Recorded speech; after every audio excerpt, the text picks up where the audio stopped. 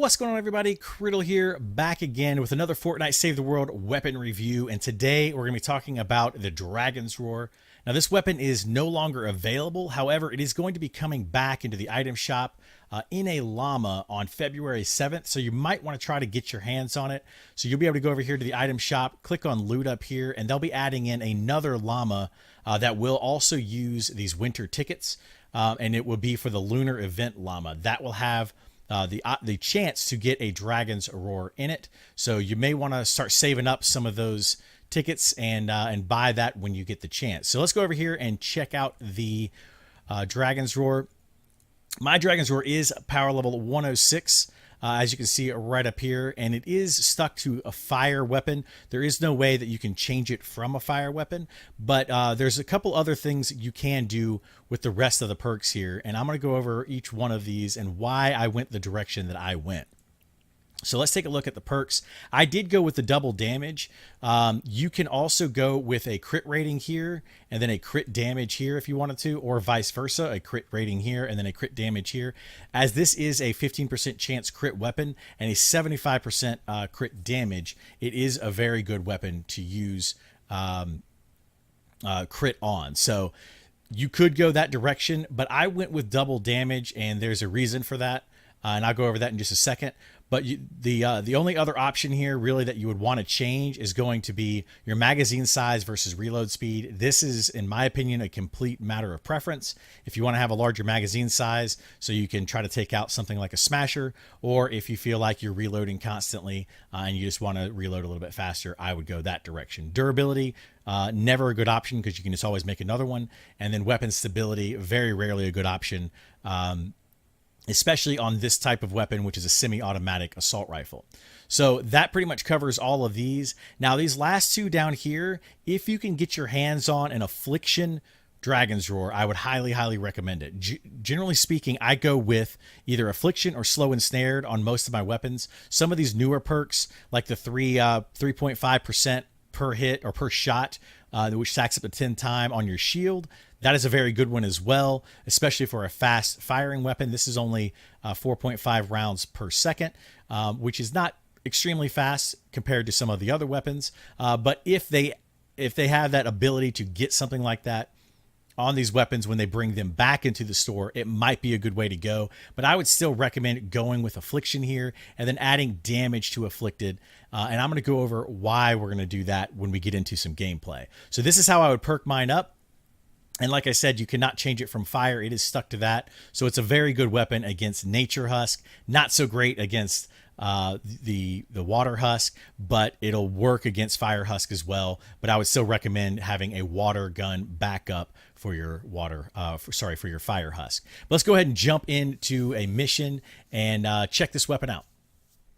All right, here we are all loaded up. And as always, I have my Urban Assault here and my squad. With my Master Grenadier for the assault rifle damage, and then Double Agent Evelyn, which gives me my cluster bombs. This is my standard setup that I go with when I play on a soldier, but you can kind of go with whatever you feel comfortable with. But let's take a look at the weapon. We do have the Dragon's Roar here equipped. As you can see, it's a fairly accurate weapon. Being semi-automatic, it doesn't get too crazy, even when you fire very quickly. It does a decent amount of damage, even at a pretty good range. As you can see, the drop-off doesn't really happen until you get several tiles away. And it does have that Affliction damage. Now, I do also want to point out something, though, that the Affliction damage on this weapon works a little bit differently. I kind of spoke about it briefly in when I was talking about the different perks and why you should go Affliction. And we're going to show that when we actually fight a couple of Husk here in just a minute. So let me go find something to fight with, and so we can kind of test out this weapon in combat.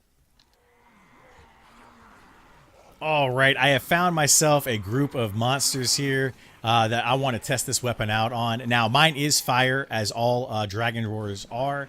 These are fire monsters and a couple of water monsters in here, so it's not going to really be doing the best damage. But what I'm trying to do here is I'm trying to line up this group, because the one of the unique perks on this weapon is that it does pierce multiple enemies. So if I can line up 3 or 4 of them in a row, as you can see, one pull of the trigger and I'm hitting 3 of those at the same time. So this weapon isn't going to do a lot of damage per hit, but it will do damage to multiple monsters all at once. And that's the benefit to having this weapon, is that it does pierce, it fires very quickly, and it also lights them on fire.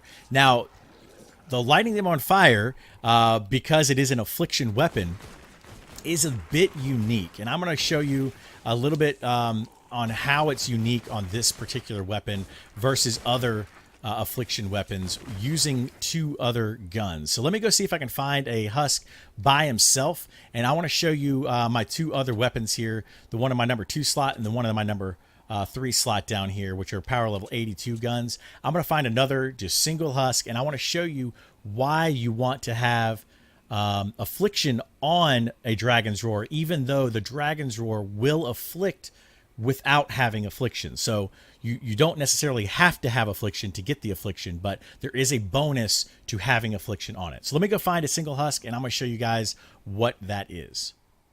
All right, so I found myself a single lightning or nature husky husk right around the corner here. So we're going to go check him out in a second. Hopefully he is still there. But what we're going to be testing out here are these 2 Dragon Roars, which are the exact same damage-wise.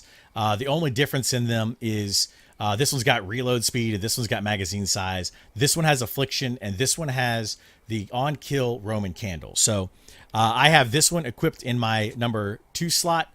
This one is equipped in my number 3 slot. And I want to show you guys how this this works. So we have the affliction one in my number 3 slot, but here is the husky husk right here, and I'm going to shoot him just one time, and we're going to watch the damage from the affliction happen.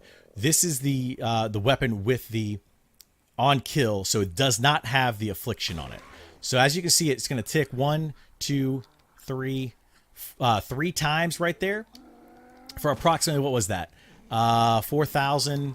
Was that 4,800? So 3 times for 4,800. So now we're going to switch to our number 3 weapon. This one is the one with affliction on it.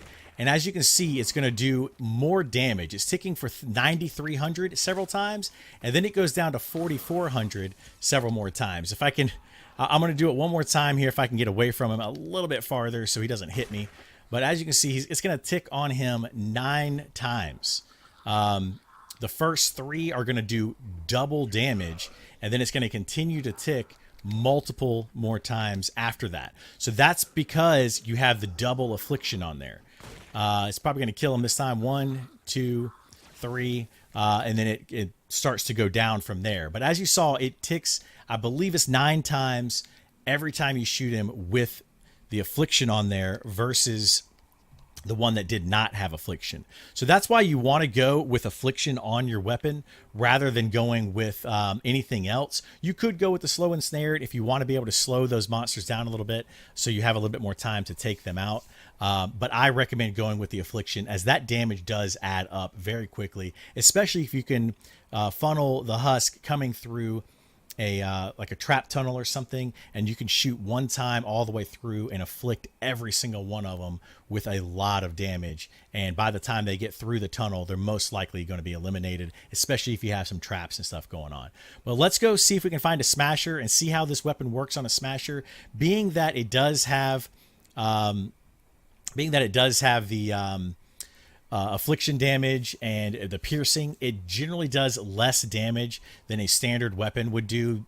My hunter killer, for example, is doing 75,000, as well as my gravedigger, both doing 75,000, fully perked up 106, versus my dragon's roar doing 65,000. Granted, these two are perked up a little bit differently than the dragon's roar, but it does do a little bit more.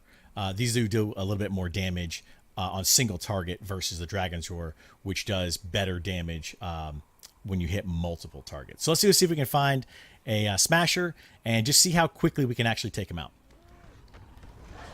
All right, we got ourselves a smasher here, and I'm going to wait till he turns around so we can get some headshots on him and just see how quickly we can actually take him out. I'm going to keep firing on him, even though that